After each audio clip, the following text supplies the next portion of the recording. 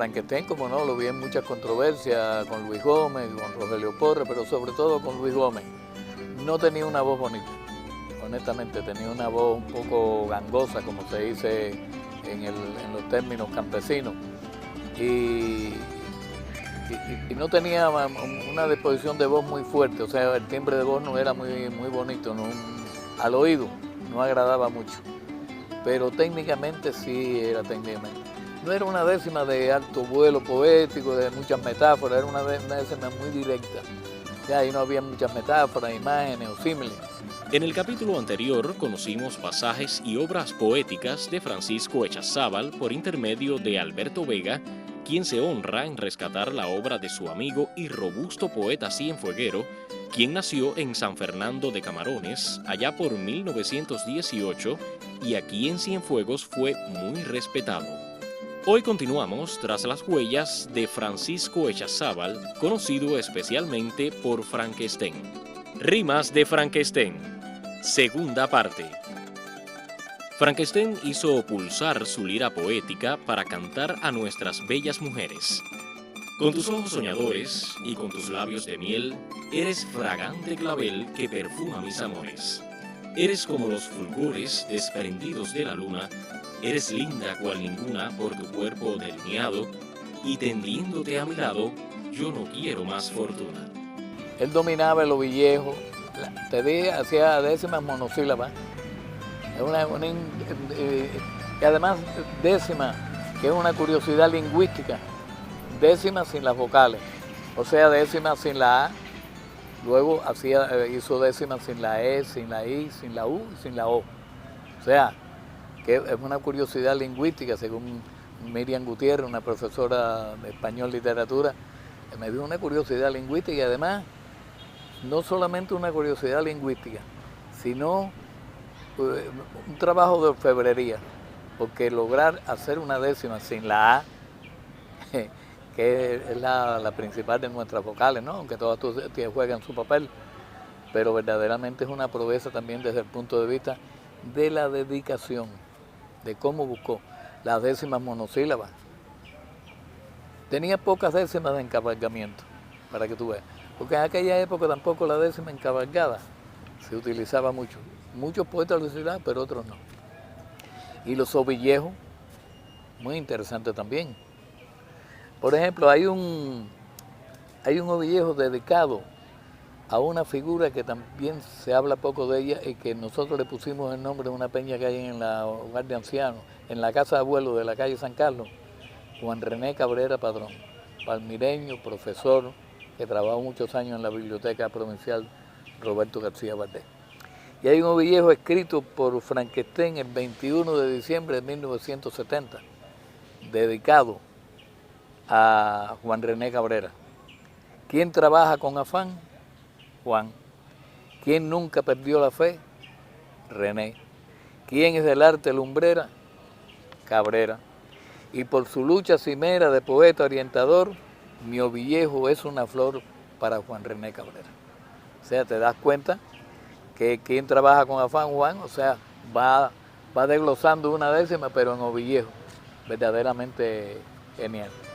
Fruto de sus inspiraciones patrióticas resaltan La vida de Martí y Vida de Maceo en décimas que alcanzaron más de 120 espinelas, equivalentes cada una a 1200 versos octosílabos con rima consonante.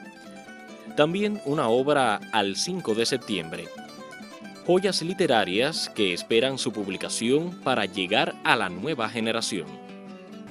Bueno, mira, tiene aquí esta obra a Cienfuegos y a Cuba. Te voy a leer esta Cienfuegos, mira qué interesante. Oh Cienfuegos, linda joya, ¿quién pudiera ser un Dante para cantarte bastante lo mismo que Homero a Troya? Para subsistir te apoya tu comercial poderío, tienes todo lo que ansío, por eso para cantarte quisiera ser un Iriarte, Heredia o Rubén Darío.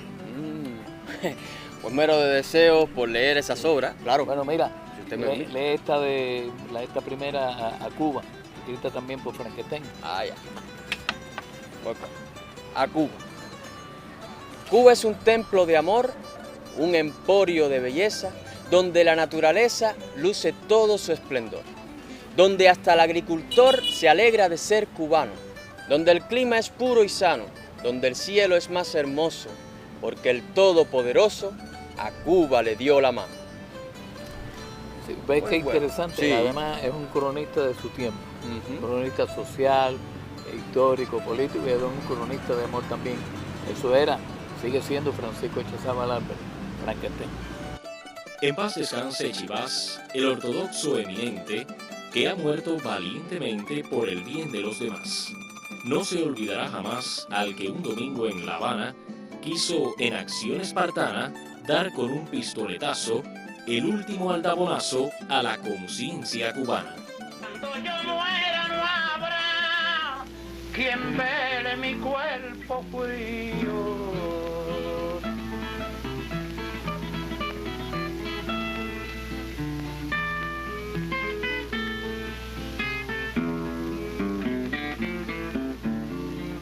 Luis se mofaba mucho de Frankenstein, lo mortificaba, pero en la controversia que hicieron Luis y Frankenstein, que Frankenstein le terminó diciendo, y si quieres te demuestro que soy más hombre también, que se fueron a las manos. Pero a Luis no le convenía estar peleado con Frankenstein porque Frankenstein le prestaba dinero.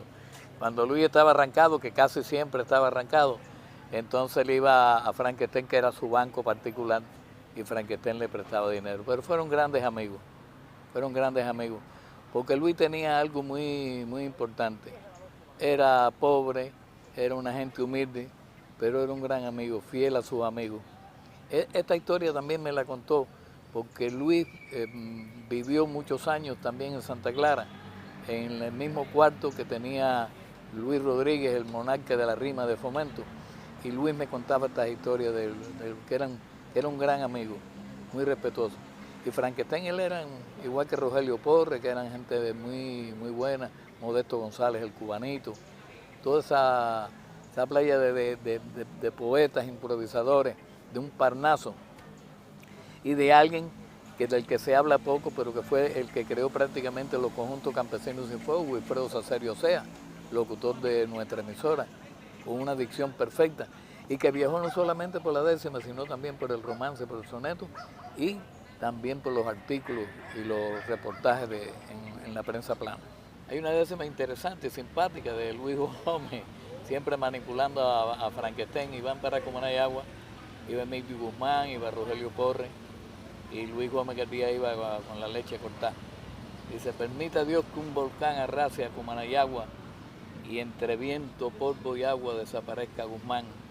Que se hundan Cabaiguán, La Isabela y Caibarién, y que por aquel contenio un perro cruzando pase, y que la lava le abrace los dedos a Frankenstein.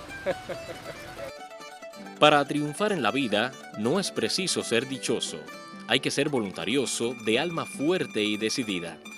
El hombre que se intimida no podrá salir triunfante, hay que seguir adelante luchando con interés, porque la victoria es del hombre perseverante.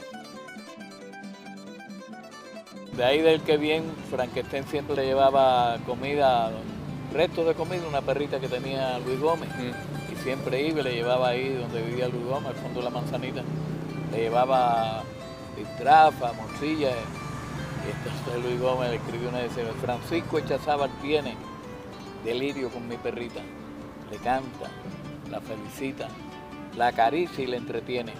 Siempre que a mi casa viene, tiene con ella conato, le trae piltrafa, boniato y morcilla es el que viene. Yo creo que Frankenstein la tuvo en el aparato. Frankenstein muere el 2 de febrero del año 1991, con 73 años. Había nacido, como ven, en 1918 en San Fernando de Camarones y se estableció aquí en Cienfuegos, que luego fue su ciudad que lo acogió.